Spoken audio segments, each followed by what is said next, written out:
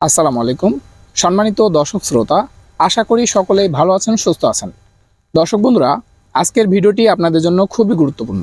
আপনারা যারা আমন ধানের চাষ করেছেন, আজকের এই আলোচনার মাধ্যমে ধানের পাতা মরানো পোকা সম্পর্কে বিস্তারিত আলোচনা করব এবং এই ভিডিওর মাধ্যমে জানানোর চেষ্টা করব পোকাটি কখন, কোথায়, কিভাবে আক্রমণ করে এবং এই পোকাটি কিভাবে দমন করবেন এবং কোন কোন জাতগুলো চাষ করলে এই পোকাটি আক্রমণ করবে না, সমস্ত বিষয়গুলো জানানোর চেষ্টা করব।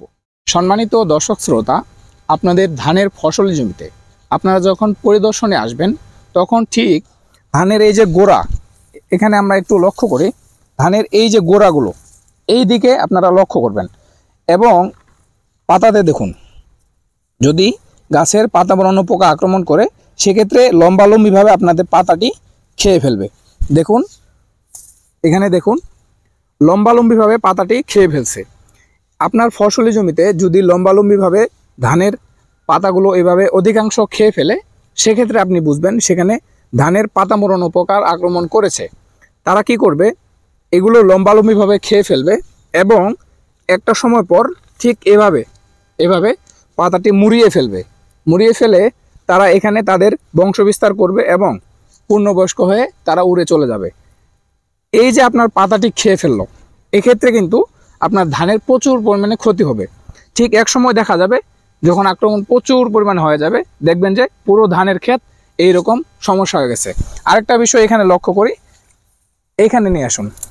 দেখুন, আমি যে বলছিলাম আপনাদের পাতাটি প্রথমে খেয়ে ফেলবে, আমি আপনাদেরকে বলছিলাম পাতাটি প্রথমে খেয়ে ফেলবে, এরপর দেখুন লক্ষ্য করে মুড়িয়ে ফেলছে।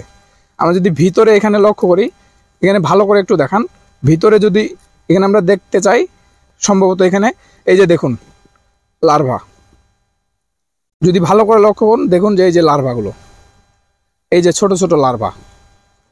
এবার আমরা এখানে একটু দেখাই, এই ধানের এই যে এখানে দেখুন, এখানে একটি পোকা দেখা যাচ্ছে, এই যে উড়ে চলে গেল, এটি হচ্ছে মথ।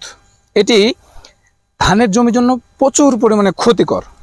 এইদিকে আরেকটি পাতা, যেখানে এই যে পাতা মরানো পোকার আক্রমণ, এই যে দেখুন ভিতরে লার্ভা, এখানে লক্ষ্য করে ভালোভাবে দেখাই, দেখুন অসংখ্য লার্ভা, এখানে অসংখ্য লার্ভা। এই লার্ভাগুলো একসময় আপনার ধানের ফসল জমিতে ব্যাপক পরিমাণে বিস্তার লাভ করবে এবং একসময় দেখবেন প্রত্যেকটা পাতা, ধান গাছের প্রত্যেকটা পাতা এরকম মোড়ানো হয়ে যাবে। যখনই এরকম মোড়ানো হয়ে যাবে আপনার ধানের ফলন কিন্তু অনায়াসে কমে যাবে। দেখুন, লক্ষ্য করুন, এখানে কিন্তু তারা লম্বালম্বিভাবে দাগ করেছে। যখন ফসলি জমিতে আসে দেখবেন যে এইরকম কিছু সিমটম দেখা যাচ্ছে। এই যে দেখুন, প্রথমে চোখের মতো দাগ, এরপর সেটি লম্বা হয়ে গেছে। প্রাথমিক পর্যায়ে আপনার ধান গাছের পাতা লম্বালম্বিভাবে খেয়ে ফেলবে। এরপর ধানে যদি আপনি লক্ষ্য করেন গাছের পাতাটিতে ছোট ছোট চোখের মতো বাদামি আকারের দাগ দেখা যাবে। কিছু সময় পর সেটি লম্বা বেড়ে যাবে এবং এই পাতাটি এভাবে তারা মুড়িয়ে সেটা সূচের মতো অর্থাৎ পাইপের মতো একটি শেপ তৈরি করবে এবং সেটার ভিতরে ঢুকে বিভিন্ন ডিম পারবে এবং সেটাতে বংশ বিস্তার করবে। ঠিক এভাবেই এই পাতা মরানো পোকা আপনার ফসল জমিতে ক্ষতি করছে, কিন্তু আপনি সঠিকভাবে তার ব্যবস্থা নিতে পারছেন না। কেন নিতে পারছেন না? কারণ আপনি জানতেছেন না বা বুঝতেছেন না কোন সমস্যাটি আপনার ফসলি জমিতে হয়েছে, কোন পোকাটি আপনার ফসলি জমিতে আক্রমণ করেছে। দর্শক, আজকের এই ভিডিওটির মাধ্যমে যে বিষয়টি ভালোভাবে আপনাদেরকে জানানোর চেষ্টা করেছিলাম সেটি হলো আপনার ধানের ফসলি জমিতে এই পাতা মরানো পোকার আক্রমণ করলে ঠিক কোন কোন লক্ষণগুলো দেখা যাবে বা ধানের পাতাগুলো কেমন দেখা যাবে। দর্শক, আশা করি আপনারা বুঝতে পেরেছেন। চলুন এবার আমরা জেনে নেই এই পাতা মরানো পোকার আক্রমণ হলে আমাদের প্রতিকারগুলো কি কি নিতে হবে, আমাদের দমন ব্যবস্থাগুলো কি কি নিতে হবে। সম্মানিত দর্শক শ্রোতা, আপনাদের ধানের ফসলি জমিতে আপনি যখন আসবেন, যখন দেখবেন এই পাতা মরানো পোকার লক্ষণ দেখা যাচ্ছে, সেক্ষেত্রে প্রথম অবস্থায় আপনাকে যেটি করতে হবে সেটি হলো, একটু কাছে আমরা নেই, আমাদের এখানে একটি পাতায় এই পাতা মরানো পোকার আক্রমণ হয়েছে। আমরা এভাবে পাতাটি নিয়ে নিব, তুলে নিব এবং এখানে আরেকটি পোকার আক্রমণ দেখা যাচ্ছে। এই যে এখানে দেখুন, এখানে এভাবে আমরা যে পাতাগুলোতে আক্রমণ করেছে সেগুলো তুলে ফেলবো এবং লক্ষ্য করলে ভিতরে দেখবো অসংখ্য ডিম, অসংখ্য ডিম। এগুলো আমাদেরকে এখন যেটি করতে হবে প্রাথমিক ব্যবস্থায়, সেটি হলো এই পাতাগুলো আমাদের ধানের ফসলি জমিতে যেগুলোতে আক্রমণ করেছিল সেগুলোতে ছিঁড়ে ফেলতে হবে, দিয়ে অন্য কোথাও ফেলে দিতে হবে। প্রাথমিক অবস্থায় আমাদের এটি ব্যবস্থাপনা। এরপর আমরা যেটি করতে পারবো সেটি হলো আমাদের জমি থেকে, ফসলি জমি থেকে মিনিমাম 100 থেকে 150 গজ দূরে রাত্রের বেলা ঠিক 2 ঘন্টা থেকে 3 ঘন্টা আলোক ফাঁদের ব্যবস্থা আমরা করতে পারি। সেক্ষেত্রে যে পোকাগুলো সেগুলো উড়ে গিয়ে আলোক ফাঁদে পড়ে মারা যাবে। এরপর আমাদের যেটি করতে হবে সেটি হলো, আপনারা আমার পিছনে খেয়াল করুন, ওই যে দূরে দেখা যাচ্ছে ওইখানে আমরা এই ফসলি জমিতে পার্চিং করেছি। ওই যে দূরে আপনারা লক্ষ্য করুন, ফসলি জমিতে আপনারা পার্চিং করবেন। পার্চিং করলে আপনাদের যে উপকারটি হবে সেটি হলো ধানের ফসলি জমিতে যে পোকাগুলো রয়েছে সেখানে এই ডাল পুঁতা, যখন ডাল পুঁতবো তখন পাখি বসবে, আর এই যে পোকাগুলো মাজরা পোকা বা থ্রিপস বা বিভিন্ন যে পোকাগুলো রয়েছে সেগুলো পাখি খেয়ে ফেলবে।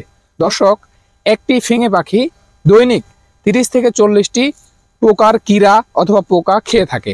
সেক্ষেত্রে আপনি লক্ষ্য করুন, পাখি তো আর একটা বসবে না, অসংখ্য পাখি বসবে। তাহলে আপনি একটি বিষয় লক্ষ্য করুন, একটি পাখি দ্বারা যদি 40 থেকে 50টি কীড়া বা পোকা দমন হয় সেক্ষেত্রে অসংখ্য পাখি এখানে বসবে।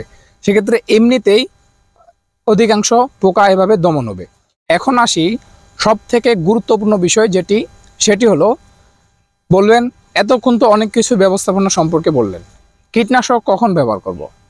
কীটনাশক তখনই ব্যবহার করবেন আপনি যখন দেখবেন আপনার ফসলি জমিতে 25 ভাগ ফসল নষ্ট হয়ে যাচ্ছে, ঠিক সে সময় আপনারা কীটনাশক ব্যবহার করবেন। তার আগে কীটনাশক ব্যবহার না করাই উত্তম। যে পদ্ধতিগুলো বললাম, আলোক ফাঁদ, পার্চিং বা যেখানে আক্রমণ করেছে সেই পাতা তুলে ছিঁড়ে ফেলবেন, এগুলো আপনার ব্যবস্থাপনা নিলে সেটি অতি উত্তম। এবার আসি কোন কোন কীটনাশকগুলো এখানে স্প্রে করবেন। পাতা মোড়ানো পোকা দমনের জন্য আপনার ফসলি জমিতে ক্লোরোপাইরিপস গ্রুপের ডার্সবান এবং ম্যালাথিয়ন গ্রুপের যে সকল কীটনাশকগুলো রয়েছে সেগুলো আপনারা যে বাজারে প্রচলিত ভালো মানের যে কীটনাশকগুলো রয়েছে সেগুলো সংগ্রহ করবেন এবং পরিমাণ মতো ওই বোতলের গায়ে লেখা থাকবে কি পরিমাণে ব্যবহার করতে হবে, এবং সেখানে আপনারা যদি উপসহকারী কৃষি অফিসার কিংবা দোকানদারকে জিজ্ঞাসা করেন, অভিজ্ঞ যে দোকানদারগুলো রয়েছে তাদের জিজ্ঞাসা করলে তারা ভালোভাবে এর ব্যবহার বিধি বলে দিবে। সে অনুযায়ী আপনারা ফসল জমিতে স্প্রে করবেন।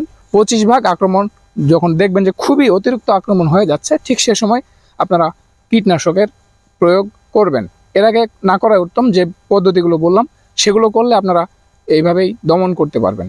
দর্শক, আপনারা যারা ধান চাষ করেছেন এবং আপনাদের ধানের ফসল জমিতে এই পাতা মোড়ানো পোকাটির আক্রমণ করেছে, আপনাদের জন্য এই ভিডিওটি খুবই গুরুত্বপূর্ণ ছিল। আশা করি সম্পূর্ণ বিষয়গুলো বুঝতে পেরেছেন। দর্শক, আমাদের আজকের আলোচনা এই পর্যন্তই। এতক্ষণে সাথে থাকার জন্য অসংখ্য ধন্যবাদ। ভালো থাকবেন, সুস্থ থাকবেন। আসসালামু আলাইকুম।